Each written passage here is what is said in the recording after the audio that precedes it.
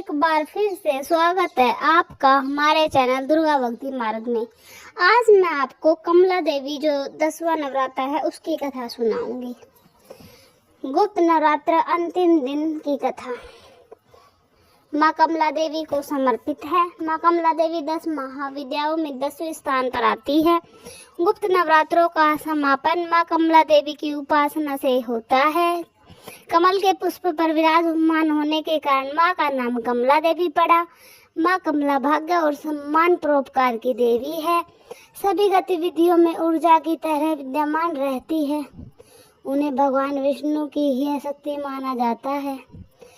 इनकी पूजा करने से धन और कौशल में वृद्धि होती है। यदि गर्भवती महिलाएं उनकी पूजा करें तो उनकी संतान की रक्षा होती है। इन्हें तांत्रिक लक्ष्मी भी कहते हैं। कमला देवी का संबंध सुख समृद्धि सौभाग्य और वंश के विस्तार से है। महादेवी कमला को लक्ष्मी कमला और राजेश्वरी आदि नामों से जाना जाता है। इनका रूप जो अत्यंत दिव्य और मनमोहक है। इनकी 4 भुजाएं हैं।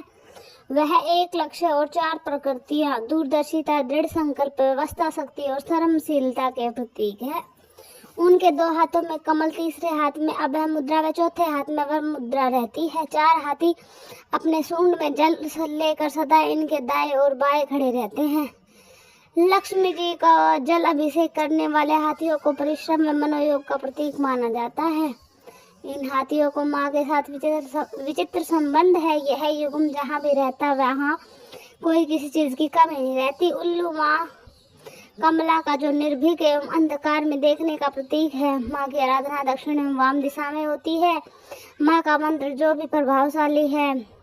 इसके ऋषि भृगु हो जो धन व ऐश्वर्य प्राप्त करने के लिए बोला जाता है। श्रीम श्रीम शब्द में श का अर्थ संपत्ति, ए का अर्थ महामाया और बिंदु का अर्थ दुख हरता अर्थात गणेश। माँ प्रसन्न होने पर भिखारी को राजा और राजा को अप्रसन्न होने पर राजा को भिखारी बना देती है। श्रीमद् भागवत के 8वें स्कंद में माँ कमला देवी की कथा लिखी हुई है। एक बार इसकी अब कथा सुनिए। एक बार ऋषि दुर्वासा के श्राप से सभी देवता लक्ष्मीहीन हो गए थे।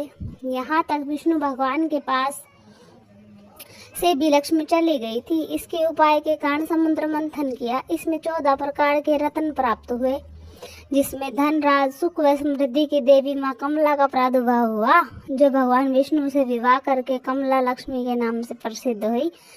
फिर माँ कमला ने विशेष स्थान प्राप्त करने के लिए विधा की कठोर तपस्या की, जिससे प्रसन्न होकर माँ त्रिपुरा ने श्री की उपाधि दी तथा 10 महाविद्याओं में 10वां स्थान दिया। श्री की उपाधि लक्ष्मी जी के लिए माता भूमि के रूप में संसार का प्रतिनिधित्व करती है। माँ कमला देवी का संबंध धन, समृद्धि तथा राज सुख से है। माँ सत्व गुण से संपन्न है। इन्हें साफ सफाई, पवित्रता तथा निर्मलता बहुत ज्यादा प्रिय है। रोशनी से माँ का संबंध घनिष्ठ है। माँ उन स्थानों को अपना निवास स्थान मानती जहाँ अंधकार न हो।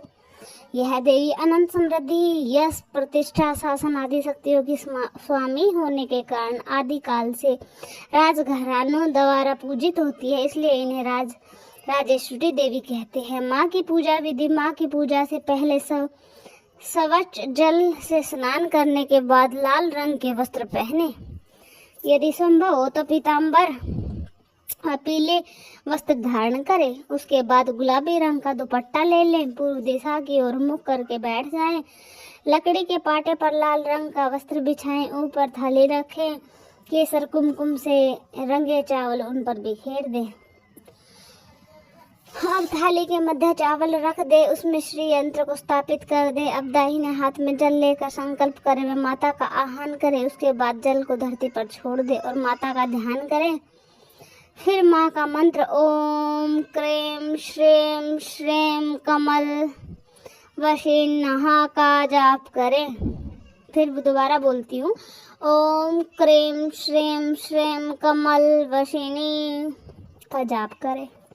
मंत्र जाप करने के बाद माँ से प्रार्थना करें कि उसके सारे दुख दूर हो, सभी प्रियजनों का प्रसाद दे, वह स्वयं भी प्रसाद ग्रहण करे। 1 पहर बीतने के बाद पूजन सामग्री को नदी या तालाब में बहा दे।